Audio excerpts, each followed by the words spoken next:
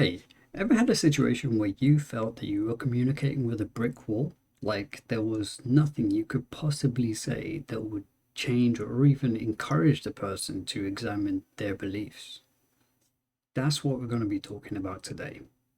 Ideological conviction.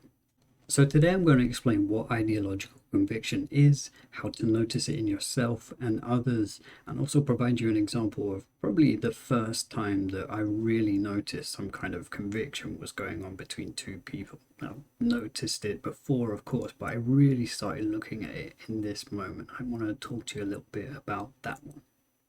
So, what is ideological conviction anyway? Well, let's look at the two words separately. Ideological comes from the word ideology, which basically means set of principles, ideas, or beliefs that an individual or group are governed by. Now, I most often use the word framework when I'm describing somebody's ideology because I believe that ideology is more set in stone, typically speaking, and I view framework as just something that can be updated. Now, that's just a personal thing. You may wish to adopt it, you might not, whatever. Next word, conviction. Well, that's just when somebody is convinced of something, that they believe it to be true as a certainty, and they're failing to make a distinction perhaps between knowing and believing. Now, I should say there is actually another application for the word conviction, and that is more in a legal sense. You can have conviction if you are found guilty of a crime. You could actually have a conviction for your conviction, as in, if you have a conviction that you are convinced of something, it could push you towards doing something illegal, and then you get a conviction for your conviction. Okay, so let's get back on track here. I said I was going to give you an example of the first time I saw ideological conviction. Now, I didn't really know what was happening right there. I didn't know what ideological conviction was as a concept, but I knew something wasn't adding up between the argument that I was seeing here, and it kind of just stunned me. It did change the way I looked at things henceforth. So, um, for the sake of confidentiality, uh, these two people I will refer to as Mark and Seamus. Okay, so they were talking about aliens. Now, Seamus was convinced that aliens did exist, and Mark was convinced that they didn't. I watched these two coming at it from both angles, but gotta be honest, the one that surprised me the most was Mark. Um, so he was claiming that they don't exist. Now, we can't do that. We can't make a truth claim for something that doesn't exist. It's not logically tenable. Um, the reason is, and I don't want you to run away with this, but the reason is that absence of evidence does not equal evidence of absence. Say that again. Absence of evidence does not equal evidence of absence. So just because there isn't evidence that aliens exist, or let's assume there isn't. If there isn't evidence, that alone is not enough to say they don't exist. It just might mean we haven't found evidence yet, or you are not privy to the evidence. So, why do I mention this anyway?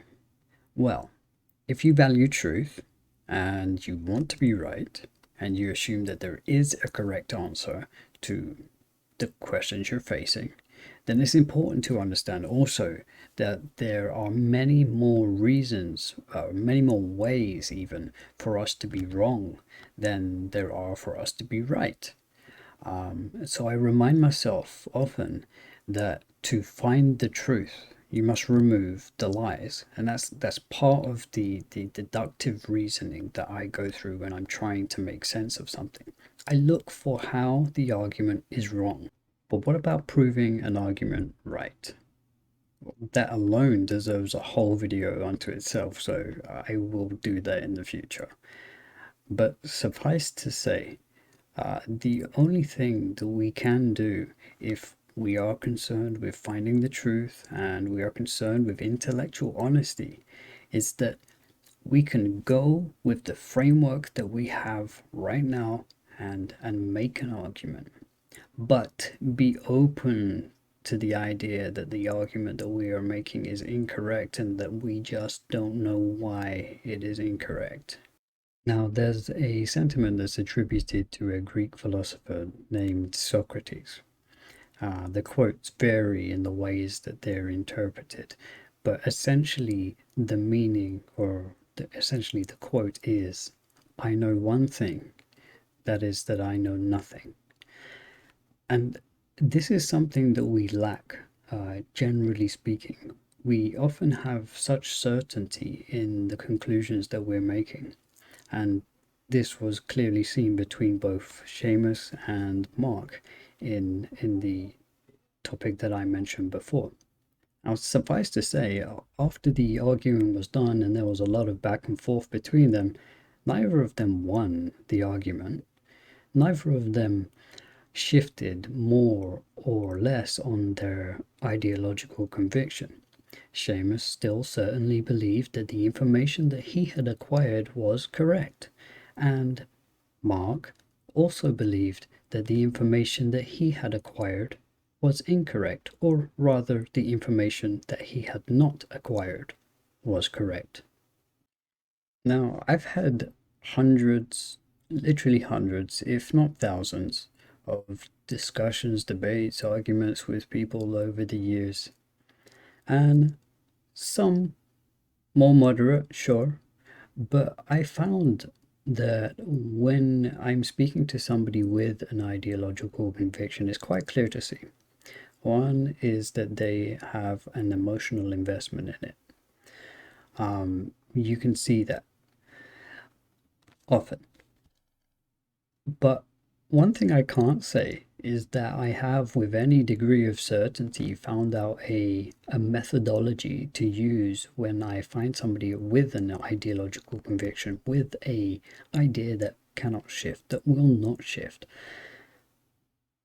that they attach their identity to so strongly that they will not yield on it. I don't know if there is an effective way to change the minds of those people, but I do know that if you as an individual understand what ideological conviction is, if you understand what framework is, and if you are able to say, I don't know, more readily, and not see that as a failure, to see that actually more potentially as a sign of your intellectual honesty, of your interest in truth, to say, I do not know, rather than making a claim that may be false, then you have more resistance. You are less susceptible to dogma, to ideas that don't require any kind of logical proof to be substantiated. Something worth noticing here is that if you're listening, you have a set of ideologies. Whether they are convictions or not, whether they are things that you will not challenge or do not challenge, that's another topic. But I'm hoping that I have planted some seed somewhere where you can begin to ask questions, or at least be open to the idea that you're wrong about some things, that you might be wrong about some things. I don't know what you believe. I'm not challenging anything there. But I want you to be able to look inside and go, I might be. But what often comes with that is a certain amount of doubt and uncertainty. But the importance of doubt and uncertainty really deserve a video just for themselves. So I'm going to get into that on the next one. I hope I've shed a little light on what ideological conviction is and you can understand it a little better now. I imagine some of you may have experiences with this personally, or maybe consistently in it, in maybe in a family environment or a work environment or some such. So I should also say, yeah, what do you do about that? If you're in an environment that you can't really escape from it, you can challenge it sometimes. Sometimes you can't. Sometimes the hierarchy that's established there prohibits you from being able to really challenge it without losing something yourself. And if that's the case, then it can be kind of a stressful situation for you to be in. So I would advise that if you find yourself in such a situation, then understand that it is their ideological conviction and that you don't have to get caught up in it. Excuse yourself from it, but also be aware that you're not going to be playing into it yourself. Okay. If we want a better environment for ourselves, it'll certainly help for us to be a better environment for ourselves. So, whilst it may sound condescending or arrogant, you should know that you don't have to suffer their ignorance. Now, I'm trying to create a community with that idea in mind, to be less ignorant, to be more understanding, to be a better environment yourself, but also not afraid to challenge and be challenged. Now, even if you are afraid right now, to have it in mind that you want to be in a position where challenge is something that is part of your character. Now, if you want to build towards that, I have a Facebook group. You can subscribe to that if you like. I'll leave a link below. I feel like that's it really for ideological conviction. If you feel like I've missed anything, or if you want some clarity on what I have said, more information, reach out down in the comments below or get at me on Facebook. I'm happy to discuss any of these things. If you need something one-on-one as well, get at me. I don't charge, I just want to help. So thanks for spending your time with me today. I hope you'll join me in the next video where I talk about doubt and uncertainty and actually how important they are. See you soon.